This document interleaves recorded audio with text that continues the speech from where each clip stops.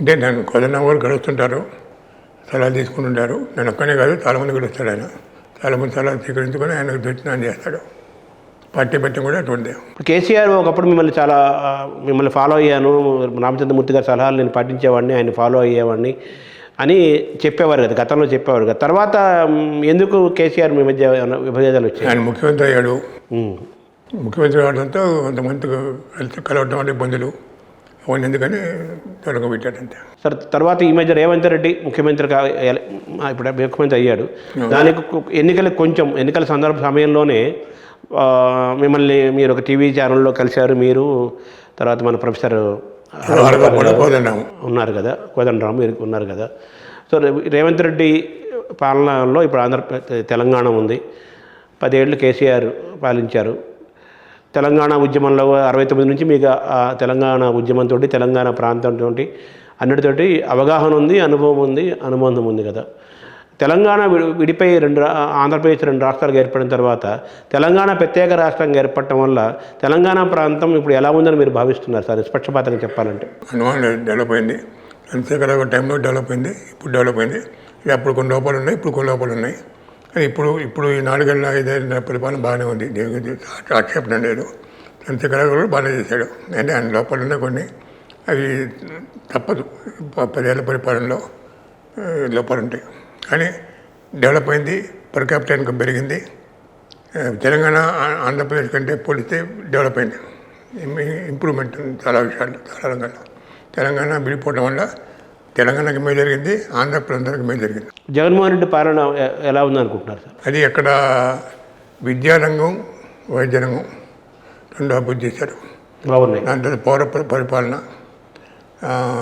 సెక్రటేరియట్ని, సచివాలయాన్ని, గ్రామ సచివాలయాలు ఏర్పాటు చేయడం, వాలంటీర్ వ్యవస్థ ఏర్పాటు చేయడం కూడా మంచిదే. 2 ఈ 4 విషయాల్లో మాత్రం నేను ఎంబీటీ. వైఎస్ రాజశేఖర రెడ్డికి జగన్మోహన్ రెడ్డికి ఉన్న పోలికలు లేకపోతే తేడాలు ఏంటి? అంటే రాజశేఖర రెడ్డి గారి పర్సనాలిటీ వేరు, జగన్మోహన్ రెడ్డి గారి పర్సనాలిటీ వేరు. జగన్మోహన్ రెడ్డి గారు ఇప్పటికీ సిగ్గుపడుతున్నట్టు ఉంటాడు, ఎక్కువ కలుపుగోలుగా ఉన్నాడు.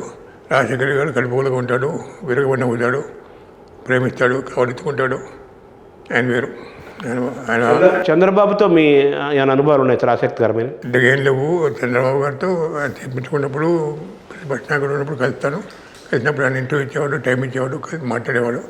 కానీ పెద్ద అనుబంధం అంటూ ఏం లేదు, స్నేహము పరిచయం మాత్రమే. అంతే, పరిచయం. ఇప్పుడు రేవంత్ రెడ్డి అధికారంలోకి వచ్చారు. ఇప్పుడు కాంగ్రెస్కి చాలా ఏళ్ళ తర్వాత మళ్ళీ కాంగ్రెస్ పాలనకి తీసుకొచ్చాడు రేవంత్ రెడ్డి.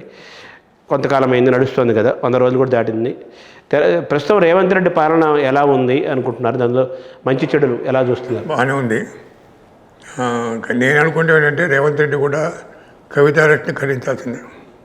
కవితను అరెస్ట్ చేయడం దుర్మార్గం, కేజ్రీవాల్ అరెస్ట్ చేయడం దుర్మార్గం. కేజ్రీవాల్ కూడా అరెస్ట్ చేయకూడదు. కేసు నిరూపించి కోర్టులో దోషులు నిర్ణయించిన తర్వాత అరెస్ట్ చేయాలి. కానీ నిర్ణయించక ముందే అరెస్ట్ చేసి వాళ్ళు విడుదల చేస్తే సాక్ష్యాధారాలు రూపమాపుతారని, మారుస్తారని చెప్పి జైల్లో మంది చెప్పడం అనేది అన్యాయం. ఇప్పుడు కొంతమంది 2 ఏళ్ళుగా ఉన్నారు జైల్లో. ఏపీ నాయకులు 2 ఏళ్ళుగా, సంవత్సరంగా సిసోడియా 1 year దాటింది జైల్లో ఉండి. ఈవెన్ కేజ్రీవాల్ కూడా 1 month అవుతుంది, కవిత 1 month అవుతుంది. జైల్లో పెట్టాల్సిన అవసరం ఏంటి? ఎందుకు పెట్టాలో? పొలిటికల్ మూవ్ కాబట్టి అనవసరం. కవితను జైల్లో పెట్టాలి అనవసరం, అట్లాగే కేజ్రీవాల్ జైల్లో పెట్టాలి అనవసరం. జైల్లో పెట్టే వాళ్ళందరూ కూడా నిర్దోషులే. దోషితో ఎవరు దోషులు ఇంతవరకు నిరూపించలే. 90% of them are free, they are not found guilty కాకుండా జైల్లో పెట్టి పనిష్మెంట్ ఇది ప్రాసెస్, ఇది పనిష్మెంట్ అన్నారు. పనిష్మెంట్ ఇది ప్రాసెస్ అంటే జైల్లో పెట్టడం, వాళ్ళ మీద సాక్షి వేయకముందే వాళ్ళు నెలల తరపున జైలు గడపడం పనిష్మెంట్. అది తప్పు. సో రేవంత్ రెడ్డి పాలనలో మంచి చెడులు ఏమన్నారు మీరు? రేవంత్ రెడ్డి పాలన మొదలైంది ఇప్పుడు 4 నెలలకు అయింది, 4-5 నెలలు అయింది. ఈ prove to be good leader, has given freedom to all the ministers. All the ministers are behaving properly because parliament elections ఉన్నాయి కాబట్టి. పార్లమెంట్ ఎలక్షన్ అయిన దాకా అందరు బాగానే ఉంటారు. పార్లమెంట్ ఎలక్షన్ అయిన తర్వాత కూడా ఇట్లాగే కంటిన్యూ అవుతే మంచిది. ఇప్పుడు టీఆర్ఎస్ నుంచి బీఆర్ఎస్గా మార్చడం అనేది కేసీఆర్, అది దాన్ని ఎలా చూస్తారు? పొరపాటు అనుకుంటా. ఆమ్ ఆద్మీ పార్టీ పొరపాటే, మిగతా రాష్ట్రాల మమతా బెనర్జీ పొరపాటే. ఒక రాష్ట్రానికి ఏర్పడిన పార్టీ ఒక రాష్ట్రానికి పరిమితం ఉండాలి కానీ వేరే జాతీయ అంబిషన్ పెట్టుకోకూడదు. ఆ విజయంలో నవీన్ పట్నాయక్ జగన్మోహన్ రెడ్డి బాగానే ఉన్నట్ట. అంతే. జగన్మోహన్ రెడ్డి విడ్రా అయిపోయి తెలంగాణ నుంచి. నవీన్ పట్నాయక్ ఇప్పుడు ఎక్స్టెండ్ కాలే. వాళ్ళు రాష్ట్రాల వరకు పరిమితమయ్యారు. నవీన్ పట్నాయక్ డబ్బులు ఇవ్వ. నవీన్ పట్నాయక్ కావాలంటే ఇంకా బీహార్లోకి పోలేడా, ఇంకా ఇంకో రాష్ట్రానికి పోయే ఆంధ్రాకి రాలేడా, ఇందులో రాలేదైనా చాలనుకున్నాడు. మనకి తెలంగాణ ఒరిస్సాకే పరిమితం, మనం ఒరిస్సా పరిస్థితి చాలనుకున్నాడు. అట్లా ఆంధ్రాకే పరిమితం జగన్మోహన్ రెడ్డి అనుకున్నాడు. అట్లా కేసీఆర్ అనుకుంటే బాగుండేది, అనుకోలేదు. ఇప్పుడు అనుకోవచ్చు. ఇండియా కూటమి ఎలా ఉంది సార్ మీ అభిప్రాయం?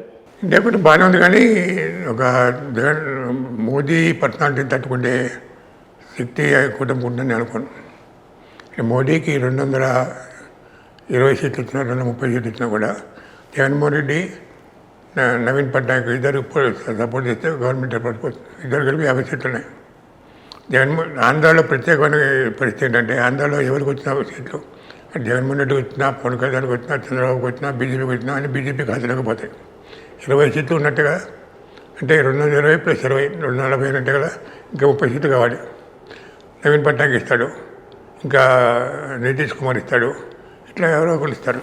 కాబట్టి గవర్నమెంట్ ఫామ్ చేయడం కావాల్సిన మెజార్టీ వస్తుంది. అయితే ఇంత తక్కువ తనకు మెజార్టీ లేకుండా, బీజేపీకి మెజార్టీ లేకుండా ఎన్డీఏ ఎలీస్ మీద ఆధారపడి గవర్నమెంట్ ఏర్పాటు చేయడానికి మోదీ ఒప్పుకుంటాడా, తప్పుకుంటాడా, ఇంకెవరికైనా అవకాశం ఇస్తాడా అని వేరే ప్రశ్న. కానీ ఎన్డీఏ వచ్చే అవకాశం లేదు. ఎన్డీఏ ఇప్పుడు కాంగ్రెస్ కనుక 100 సీట్లు పెంచుకుంటే 100 సీట్లు దాటితే ఎన్డీఏకి అవకాశం ఉంటుంది. అంటే కాంగ్రెస్కి బీజేపీకి మధ్య 270 సీట్లలో పోటీ ఉంది. 50% ఆఫ్ ది సీట్స్ కాంగ్రెస్ గెలిస్తే అప్పుడు ఎన్డీఏ తగ్గుతుంది. ఇప్పుడు ఇండియా కూటమికి అవకాశం ఉందంటారు అసలు అంత సీట్లు తెచ్చుకునే అవకాశం? అందులో 272 సీట్లు వచ్చే అవకాశం లేదు. కాదు, మళ్ళీ నరేంద్ర మోదీ సారథ్యంలోని ఎన్డీఏ ప్రభుత్వమే అవకాశం వస్తుంటున్నారు కదా. అన్ని అవకాశం ఉంది, చెప్పలేము. ఇప్పుడు మనం చంద్రశేఖర్ గారు ఓడిపోతాం అనుకున్నామా? తెలంగాణలో అన్నారా? చంద్రశేఖర్ ఓడిపోతాం ఎవరు అన్నారు కదా. అంటే థర్డ్ టర్మ్ ఇచ్చేటప్పుడు ప్రజలు ఆలోచిస్తారు, థర్డ్ టర్మ్ ఇవ్వాలని. మోదీకైనా చంద్రశేఖర్ గారైనా ఎవరికైనా వర్తిస్తున్నారు. మోదీకి థర్డ్ టర్మ్ ఎందుకు ఇవ్వాలి, 2 టర్మ్ చాలు కదా అనుకుంటే జనం అప్పుడు ఎన్డీఏకి ఓటేస్తారు. ప్రజల నాడిని మనం అంచనా వేయలేమంటారు. నేను ఒకవేళ ఢిల్లీలో కేంద్ర సార్వత్రిక ఎన్నికల్లో బీజేపీ సీట్లు ఏమన్నా తగ్గితే అప్పుడు ఆంధ్రప్రదేశ్, ఒరిస్సా 2 కూడా కీలకమైన పాత్ర అవుతాయి అంటారు. అంతే కదా మీ ఆలోచన? తెలంగాణ లోక్సభ ఎన్నికలు ఎలా ఉంటాయి, ఫలితాలు? తెలంగాణలో నేను కూడా కాంగ్రెసే ఎక్కువ మెజార్టీ సీట్లు గెలుస్తుంది. మెజార్టీ సీట్లు కాంగ్రెస్ వస్తే followed by BJP and BRS. First place Congress, second place BJP, third place BRS అవుతుందంటారు. ఇక్కడ కానీ ఒక ఎక్కువ సీట్లు కానీ వస్తే ఎన్ని సీట్లు వస్తాయని మీరు సుమారు అంచనా వేస్తున్నారు సార్? కాంగ్రెస్కి 8 నుంచి 10 దాకా రావచ్చు. 8 నుంచి 10 దాకా వస్తాయి తెలంగాణలో. 8 నుంచి 10 దాకా తెలంగాణలో లోక్సభ స్థానాలు వస్తే రేవంత్ రెడ్డి బలమైన వాడు అవుతాడు కదా ఢిల్లీలో. అంటే 10 స్థానాలు వస్తే బలవంతం అవుతాడు, 8 వస్తే మామూలుగా ఉంటాడు, 6 వస్తే తగ్గిపోతాడు, 10 సీట్లు వస్తే బలవంతుడు అవుతాడు, బలవంతుడు నిరూపించుకుంటాడు. రేపు లోక్సభలో వచ్చే స్థానాలు చాలా కీలకం. రేవంత్ రెడ్డి భవిష్యత్తు నిర్ణయిస్తాయి. పార్టీలోనూ బయట కూడా ఆయన ఇమేజ్ పెరుగుతుంది. రేవంత్ రెడ్డికి 10 సీట్లు 12 సీట్లు వచ్చాయనుకో ఇమేజ్ పెరుగుతుంది. ఇప్పుడు ఆంధ్రప్రదేశ్కి వస్తే బీజేపీ, టీడీపీ, జనసేన ఒక కూటమిగా ఏర్పడ్డాయి. ఇంకో పక్క షర్మిల కాంగ్రెస్ సమాంతరంగా ఉంది. ఇంకో పక్క జగన్మోహన్ రెడ్డి వైసీపీ ఒక్కడే సింగిల్గా ఉన్నాడు కదా. మళ్ళీ చంద్రబాబు, మోడీ ఒకరినొకరు తిట్టుకొని బయటకు వచ్చి మళ్ళీ ఇప్పుడు కలవటం, ఇవన్నీ చూస్తుంటే ఒక సీనియర్ మోస్ట్ సంపాదకుడిగా మీకు ఏమనిపిస్తుంది సార్ రాజకీయ వాతావరణం? చంద్రబాబు, మోడీ ఒకరినొకరు తిట్టుకోలే. మోడీనే చంద్రబాబు తిట్టాడు, చంద్రబాబు మోడీ తిట్టలే, ఇగ్నోర్ చేశాడు. మళ్ళీ చంద్రబాబే మోడీని పొగిడాడు, చంద్రబాబు మోడీ పొగడలే, ఇగ్నోర్ చేశాడు. మన మీటింగ్లో కూడా చంద్రబాబు గురించి ఒక మంచి మాట మాట్లాడలే. మొన్నటి మీటింగ్లో కూడా చిలకలూరుపేట మీటింగ్లో కూడా. కానీ చంద్రబాబు మోడీని ఆకాశానికి ఎత్తేసాడు. అది అంతకుముందు 2018-19 ఏం మాట్లాడు, ఇదేం మాట్లాడి చూస్తే చంద్రబాబు అబద్ధాల కోరు, అవకాశవాది, ప్లేట్ ఫిరాయిస్తాడు, యూటర్న్ తీసుకుంటాడని ఎవరైనా తెలుస్తుంది. అతని నైజాన్ని బయటపడుతుంది.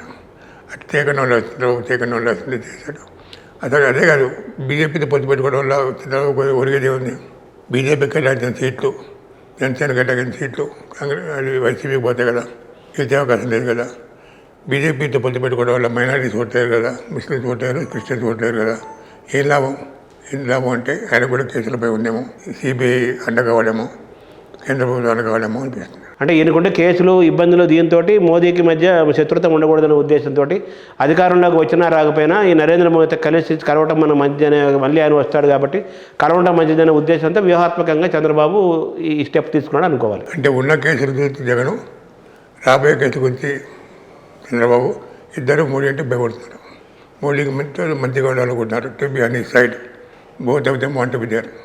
ఇక పవన్ కళ్యాణ్ పెద్ద లెక్కలో లేదు. 1-2 సీట్లు వస్తాయేమో, వస్తే అది పెద్ద లెక్కలేదు. ఆయనకు పెద్ద విలువ లేదు పవన్ కళ్యాణ్కి పర్టికులర్గా. ఎందుకంటే పవన్ కళ్యాణ్ ఒంటరిగా నిలబడి నేను 170 సీట్లకు పోటీ చేస్తాను, నేను చీఫ్ మినిస్టర్ అవుతా అంటే టీడీపీ ప్లేస్లో ఆయన ఉండేవాడు 2 ఏళ్ళు కదా. అంటే అనేది అట్లా టీడీపీతో నల్లగాలనుకుంటున్నాడు. అట్లాగే ఉంటాడు ఆయన అన్ఇంపార్టెంట్గానే. సో పవన్ కళ్యాణ్ రాజకీయాలు అనేది అతనికి ఆటలో అతను సరిగ్గా ఆడటం లేదు. Not a politician.